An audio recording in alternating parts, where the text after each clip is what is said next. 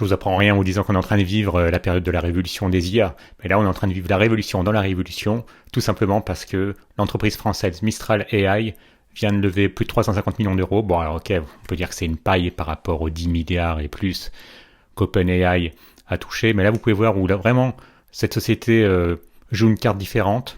C'est qu'elle joue non seulement sur des modèles d'IA qui sont très légers, au point que vous pouvez faire tourner leur IA sur un iPhone 15 par exemple ou sur un MacBook Pro. Ce qui veut dire, c'est que vous avez maintenant une IA qui est privée par défaut. Si vous l'exécutez sur un de vos devices, donc hors du cloud, ça veut dire que vos données restent en votre possession et que vous savez que personne n'est en train de jouer avec. Alors que bon, quand vous vous amusez avec ChatGPT sur leur cloud, vous vous doutez bien que vos données, leur confidentialité, ça soit bien dessus. L'autre chose très importante avec Mistral, c'est qu'ils sont entrés dans la course relativement récemment. Et pourtant, en 7 mois d'existence, leur IA a quasiment égalé en performance GPT 3.5.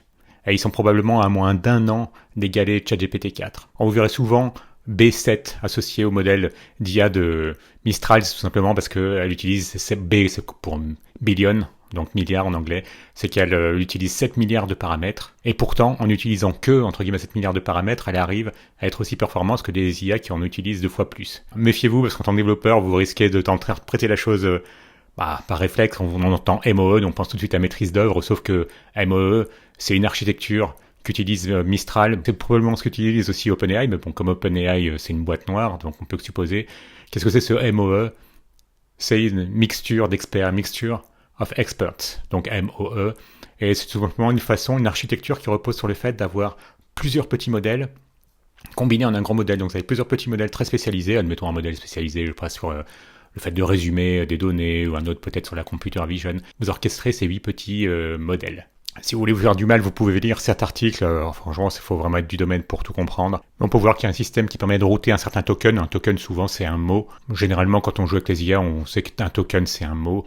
Voilà, et peut être routé vers un modèle, ou même peut être routé. En tout cas, il y a un système de routage d'un token vers différents experts, et qui vous permettent donc d'avoir une architecture, on va dire, distribuée. Alors, qui est derrière Mistral AI? Allez, pareil, par ordre alphabétique pour pas faire de jaloux. Ordre alphabétique ascendant, Timothée Lacroix, de la rue d'Ulm, donc la fameuse école normale sup. Un ancien de Facebook, plus de 8 ans chez Facebook. Maintenant, il est CTO chez Mistral AI, donc c'est Chief Technical Officer. Ensuite, Guillaume Lample, même pédigré, école polytechnique. Ah bah tiens, docteur en philosophie en plus. Mathématiques et philosophie, c'est vrai que c'est 2 disciplines qui vont assez bien ensemble. Le passage école polytechnique, Carnegie Mellon University. Et Arthur Mensch, on va dire que c'est le visage le plus public. Vous remarquerez d'ailleurs que les autres n'ont pas leurs photos sur leur profil LinkedIn. Qui a fait Normal Sup, donc un gros profil matheux, plus Télécom Paris, doctorat en philosophie aussi, et X également, Polytechnique. Un Mistral 7B, bon, maintenant le 7B vous savez à quoi ça correspond, 7 milliards de paramètres, mais vous pouvez voir également qu'ils mettent vraiment le paquet sur tout ce qui est open source, et ils considèrent que vous, la communauté, avez un rôle à jouer, notamment au niveau des datasets, si vous pouvez fournir des datasets, ou en tout cas entraîner l'IA sur de nouveaux datasets, si vous pouvez apporter de nouvelles idées originales, si vous pouvez créer des applications, parce que grâce à la licence Apache, eh bien vous pouvez utiliser les IA de Mistral AI dans votre pipeline d'IA, et donc vous n'avez pas à ce moment-là à payer pour faire tourner ces IA.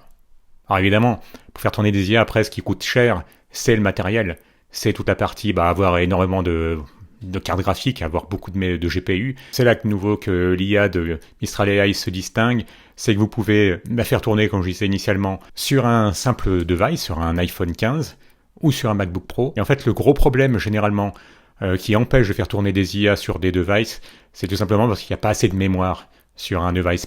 C'est pas tant la capacité des processeurs que de la mémoire.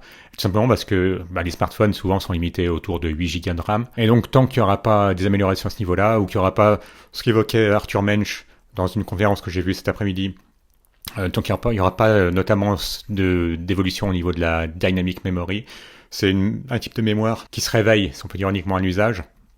Ce sera le goulet d'étranglement sur les devices. Et pourtant, ils arrivent quand même à nous mettre à disposition une IA qui peut tourner sur un smartphone. Au niveau du matériel également, un des objectifs majeurs de Mistral AI, en tout cas ce serait un atout considérable qui leur permettrait d'autant mieux de rivaliser avec OpenAI, ce serait de pouvoir avoir un partenariat avec un fabricant de matériel. Pourquoi pas, je sais pas, avec Nvidia par exemple, en tout cas un partenaire qui est spécialisé sur le genre de hardware requis pour faire tourner des IA. Les défis qui sont amenés aussi à relever, c'est de résoudre le fait que les transformers utilisent les mêmes ressources de calcul, qu'il s'agisse de faire des tâches faciles ou des tâches complexes. Ça, pour l'instant, tout le monde est confronté à ce problème, hein. Pareillement chez OpenAI, c'est de trouver les bonnes données.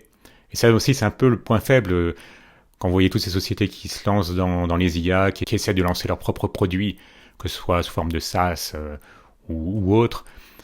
C'est que bien souvent, vous avez tout de suite un concurrent, quand il voit votre idée, il va la dupliquer, et finalement, vous vous rendez compte que ce qui peut vraiment faire la différence, c'est si vous avez vos propres jeux de données. Auquel cas, à ce moment-là, vous pouvez plus être concurrencé facilement. À la question posée par un journaliste à Arthur Mensch cette semaine, qui lui demandait s'ils avaient pour vocation à créer des articles.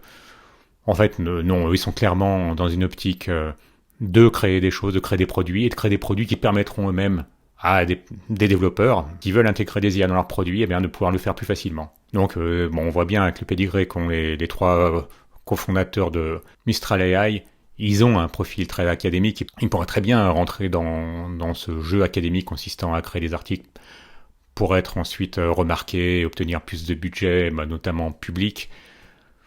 Mais bon, leur optique, c'est plutôt d'être des makers, plutôt que d'être sur le versant purement académique. Alors c'est une bonne nouvelle qu'une boîte française décroche près de 350 millions d'euros de fonds, même si on sait que quand vous regardez les budgets de R&D sur les gros projets, généralement ça se compte en milliards d'euros ou milliards de dollars. Mais bon, on peut dire que c'est un bon début, ça donne de l'espoir. Et il faut bien garder à l'esprit que bien souvent, vous regardez en France par exemple, la France, c'était le pays du cinéma, hein. Les frères Lumière, c'est eux les inventeurs du cinéma. Aujourd'hui, on associe le cinéma à Hollywood.